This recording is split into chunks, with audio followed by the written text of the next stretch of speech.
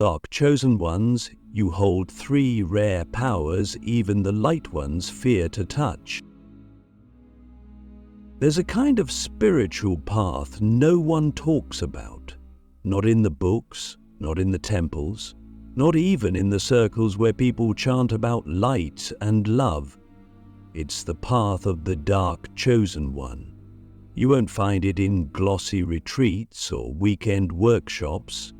It's not about purity, perfection, or escaping the world. No, this path runs through the underworld of your soul, through the pain you couldn't explain, through the silence you were forced to live in, through the memories you were too afraid to speak out loud. If you're here, listening, it's because some part of you already knows. You didn't come here to be light. You came here to hold the dark. Not the darkness of evil, but the darkness of origin, of power, of raw, unfiltered truth. The kind that existed before the world decided what was acceptable. The kind that even the so-called enlightened ones instinctively avoid. Now I'll say something bold, something that may feel like a shock to your system. If you are a dark chosen one, you carry 3 rare powers that even the light ones fear. Not because they're better or worse, but because these powers require a level of spiritual maturity most people are not ready to hold. These gifts are not gentle, they are not soft, they are not comfortable, they are disruptive. They shake everything, they destroy illusions. They come with pain, but also precision, and until you learn to recognize and wield them, you'll feel like you're broken, misunderstood, too much, too intense. But let me tell you, you are not broken. You are coded differently. You are wired for shadow work at a planetary scale. And the moment you stop trying to be what the world told you to be and start remembering what you truly are, everything begins to shift. Click subscribe to this channel to get more profound spiritual lesson. But before we dive into the 3 rare powers, we need to talk about something deeper, the initiation. Because no dark chosen one is born into comfort, we're born into contrast, trauma, abandonment, silence. We are born into families or environments where truth is distorted, love is transactional, and intuition is punished. This isn't a mistake, it's part of the design. Because the soul that carries these dark codes must first learn how to discern illusion from within it. You weren't just raised in dysfunction, you were trained by it. Every betrayal taught you how to read energy without words. Every moment of loneliness refined your connection to the unseen. Every time you were gaslit, you sharpened your inner compass. And that compass? That's one of your greatest weapons. Not just to protect yourself, but to see through the matrix of this world. Let me ask you something. Have you ever walked into a room and felt the truth everyone was avoiding before a single word was spoken? Have you ever looked at someone smile and known they were hiding grief or rage or envy? Have you ever experienced love so deeply that it scared people away because they weren't ready to be seen at that level? That's not emotional sensitivity, that's energetic dominance. You don't just read people, you amplify their truth. And that makes people uncomfortable, not because you're wrong, but because you're right, and they're not ready to face what you reflect. This is the first unspoken mark of the dark chosen one. Your energy is a mirror that doesn't lie. You don't have to speak to expose something. You exist, and the field changes. And this is why so many spiritual circles push you out. why you've been labeled too intense, why you've been excluded from the very spaces that preach unity and compassion, because you don't carry the frequency of comfort, you carry the frequency of correction. And that correction doesn't come from ego, it comes from truth.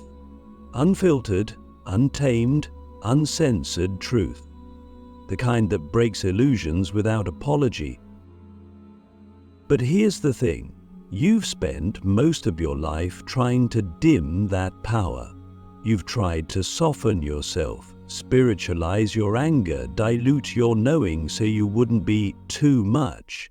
But your soul didn't sign up to be digestible. It signed up to be disruptive in the name of alignment. You didn't come here to blend in. You came here to fracture false light, to shatter spiritual bypassing, to expose the places where even the awakened ones are still hiding. That's why your path has been so lonely. That's why no one warned you that awakening would feel like being ripped apart. And if you're still here, if you're still standing, breathing, searching, it's because you're ready. Ready to stop apologizing, ready to stop pretending, ready to stop negotiating with your own soul. You're ready to remember the 3 rare powers you hold, because these aren't just spiritual gifts, these are soul technologies, and they've been lying dormant inside you for lifetimes, waiting for the moment when you'd be strong enough to hold them without self-destructing. But before I reveal the first one, I want to ask you a question that only you can answer, and I want you to sit with it, not just in your mind, but in your body, your field, your bones. What would your life look like if you stopped fearing your own power? What would happen if you stopped trying to be accepted and started being authentic? In every room, in every conversation, in every breath.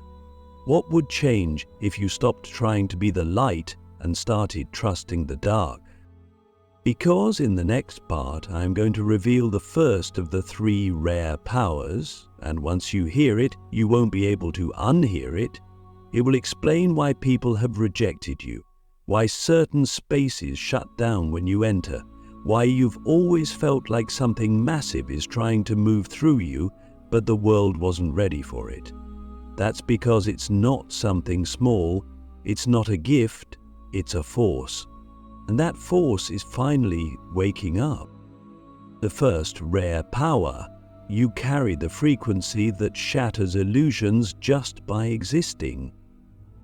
Some of us were born to hold the truth, not speak it. And that's the most terrifying thing about the first rare power. You don't have to open your mouth to expose what's false. You don't need to argue, prove, or convince anyone of anything. You walk into a space and the masks start to slip, the energy shifts.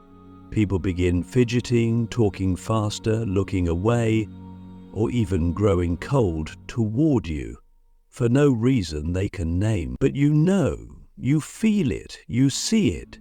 This is the first rare power of the Dark Chosen One. You carry a frequency that shatters illusions just by existing. It forces people to confront themselves, and most people aren't ready for that kind of confrontation. Not even the so-called light workers, especially not them. You see, the world is addicted to comfort. Even in spiritual communities, there's a tendency to sugarcoat the truth, to wrap trauma in poetic language, to avoid the shadow in the name of love and light. But you didn't come here to play that game. You came coded with a frequency that cannot be faked, and it cannot be softened. It's not cruel, it's clean, it cuts through the noise. It pierces through the performance. It exposes the parts of people they've spent decades hiding, even from themselves, and that's why they fear you. Not because you're dangerous, but because you make them feel seen at a level they weren't ready for.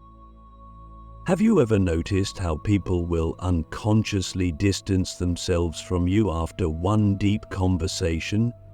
How someone who was magnetized to you suddenly pulls away, ghosts you, or even turns on you? That's not personal, it's energetic. Your frequency brings up what they've buried, and when they feel that rawness, that exposure, they don't know what to do with it. Because you didn't just reflect their truth, you activated it, and activation without readiness feels like a threat. This power is not something you chose, it's something your soul agreed to long before you took this human form, and because of this agreement, you went through your own illusions early, brutally, repeatedly. You had to face betrayal, abandonment, rejection, and the collapse of false identities over and over until you became immune to the comfort of illusion. You know what real feels like. You know what alignment sounds like.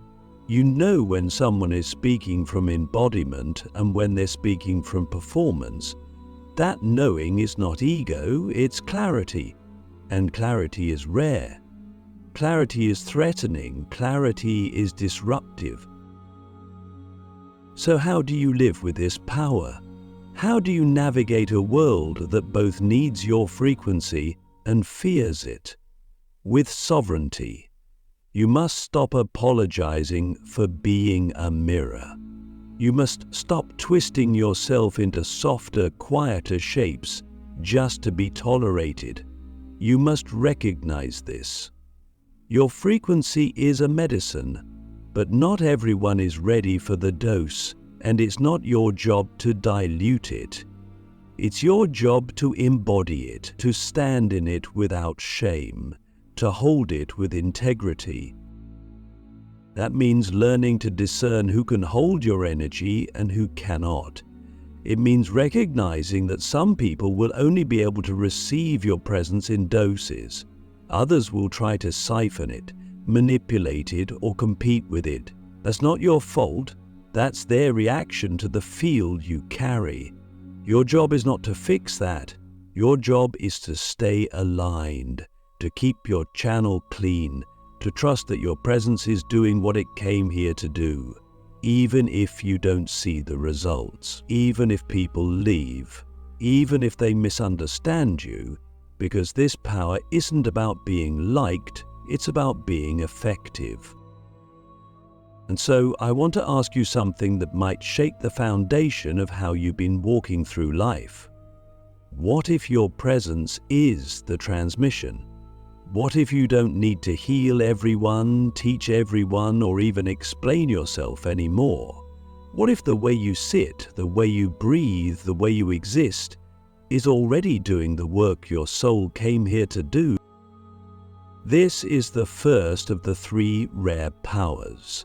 The one that makes people feel exposed without you saying a word. The one that makes you the target of projections and admiration at the same time.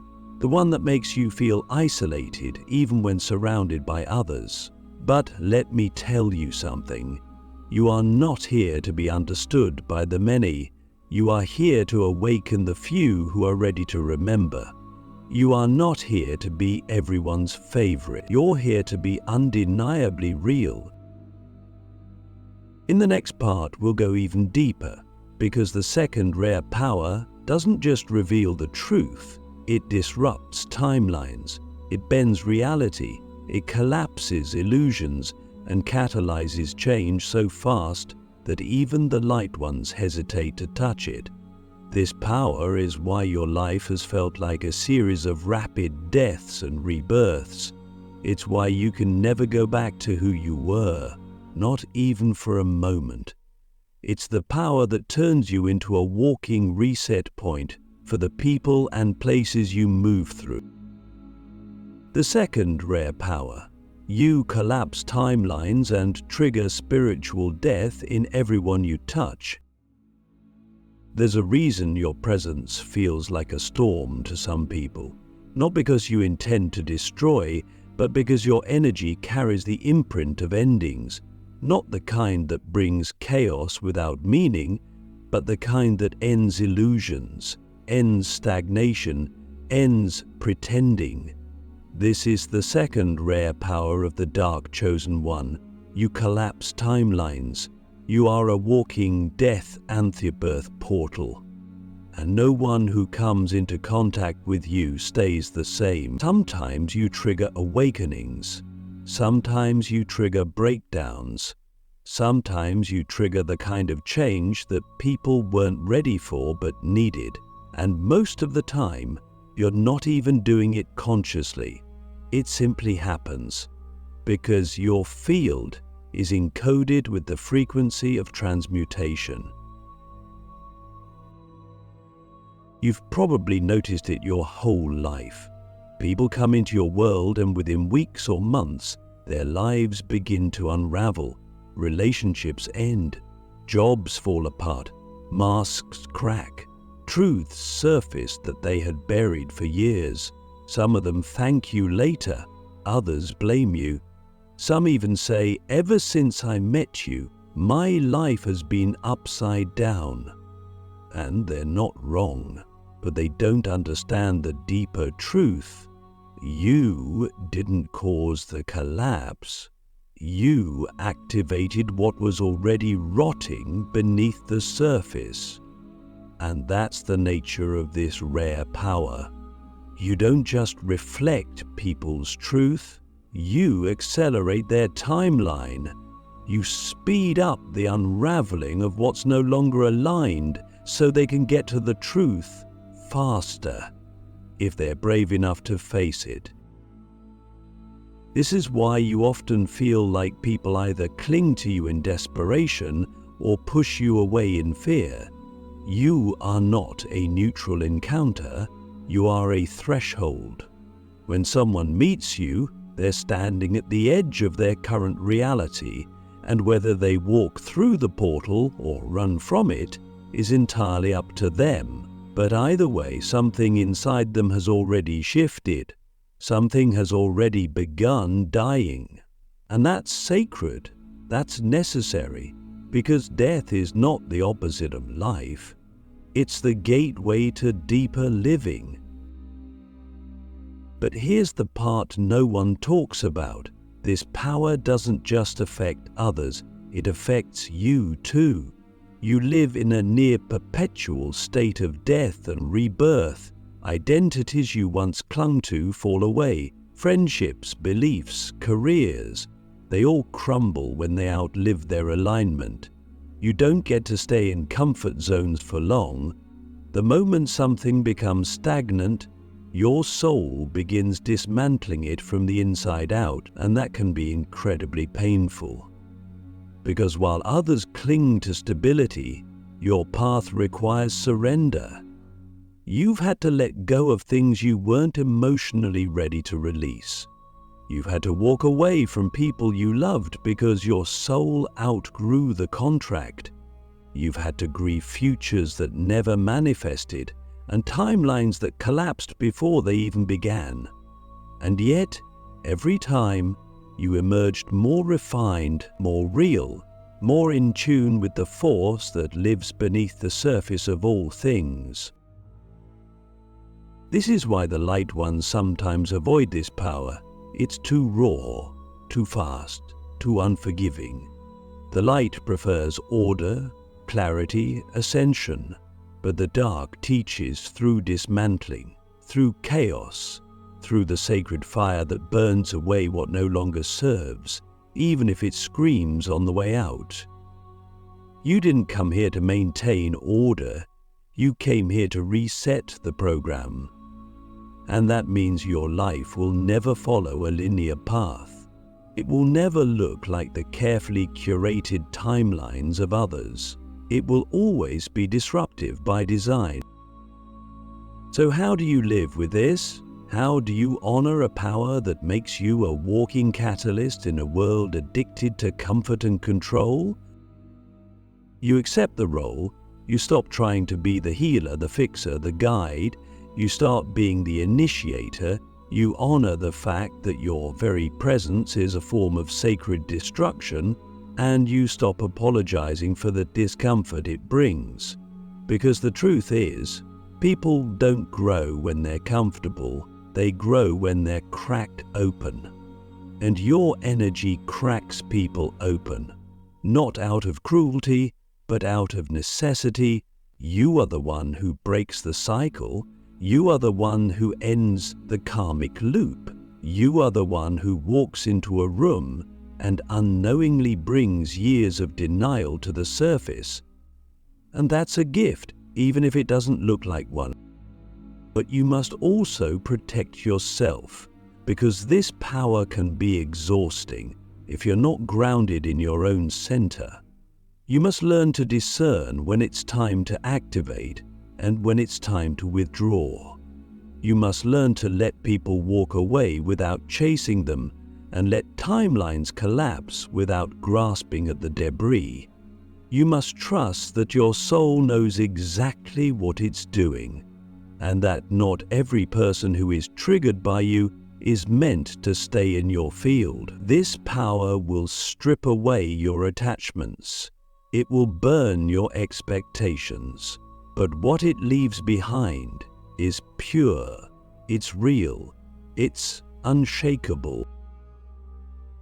And so I ask you, what if your purpose is not to build anything permanent, but to destroy what's false so something true can finally be born? What if your life is not supposed to make sense to those who are still clinging to illusion? What if your job is not to explain, but to embody the frequency of transformation so fully that your very existence becomes a permission slip for others to begin their own unraveling? This is the second rare power, the one that makes you unforgettable, the one that leaves echoes in people's lives long after you're gone, the one that turns you into a living portal for accelerated evolution. It's not easy, it's not safe, but it's sacred.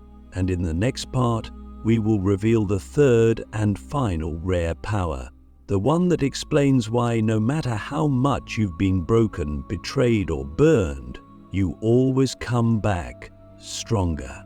The one that the light ones have never learned to wield, because it requires you to embrace the one thing they fear most, your own shadow. The third rare power, you recode reality by merging with the shadow that others run from. The third rare power is the most feared, the most misunderstood, and the most powerful of all. It is the ability to merge with the shadow, not to conquer it, not to suppress it, but to become one with it without being consumed. This is the realm where most spiritual paths end. It's where the light ones stop, because to truly merge with the shadow is to face the parts of yourself and the world that have never been loved, never been seen, never been accepted. It's to enter the void willingly, to walk into the dark and not ask for a torch, to see the monster and not try to fight it, but to understand it, to listen to it, to sit beside it and ask why it was born. And this is where you become something very few ever dare to become, a reality recoder. High school schwa. Because when you merge with your own shadow, you reclaim all the power that was buried with it. Every time you were told to be quiet, to behave, to be good, to be light, you exiled parts of yourself to the dark. Rage, desire, intuition, deep knowing. And when you finally stop running from those parts, when you choose to integrate them instead of perform healing, you become whole. And wholeness is terrifying to a system that thrives on fragmentation. You stop being controlled. You stop being predictable. You stop being programmable. You become sovereign. And in that sovereignty, you begin to recode reality, not just for yourself, but for others. You become the proof that it's possible to hold both light and dark without being torn apart. That's the ultimate power, integration. Integration changes everything. When you're not afraid of your shadow, you're not afraid of anyone else's. You can sit with addicts, abusers, outcasts, and see their core light beneath the distortion. You can walk into chaos and feel stillness. You can hear lies and still track truth. You don't need protection spells or white light bubbles. You are the alchemy. You walk into distorted fields and reality begins to shift, not because you impose your will, but because your presence reveals what's real. You carry the medicine of embodied contradiction. You are both the storm and the eye, both the death and the rebirth, both the shadow and the light. This is why you've survived what others couldn't. Why you've been through initiations that broke others open and left them shattered. Why you've walked through betrayal, spiritual abandonment, psychic attacks, and emotional isolation, and still came back clearer, stronger, more you, because your soul was built for this. You were never meant to be pure, you were meant to be complete, and completeness requires darkness, not as an enemy, but as a companion. So let me ask you now, what would change if you stopped trying to heal your shadow and started embodying it with love? What would shift if you stopped seeing your triggers as flaws and started honoring them as portals? What if the very thing you've been trying to fix is the key to your power? This is the third rare power of the Dark Chosen One, the ability to merge with the shadow and recode reality from the inside out, not with force, not with righteousness, but with presence, with wholeness, with the kind of grounded, embodied depth that makes illusions collapse and truth rise like a tide no one can stop. And now you know the three rare powers that live inside you. The frequency that shatters illusions, the field that collapses timelines, and the embodiment that recodes reality through shadow integration. These are not powers you asked for, they are powers you chose. Before this body, before this life, before this world. And if you're still here, still breathing, still listening, it's because you're finally ready to live it. You are not broken, you are activated. You are not lost, you are rising. And the world won't understand you because it's not ready for what you came to bring. But you didn't come to be understood, you came to change everything.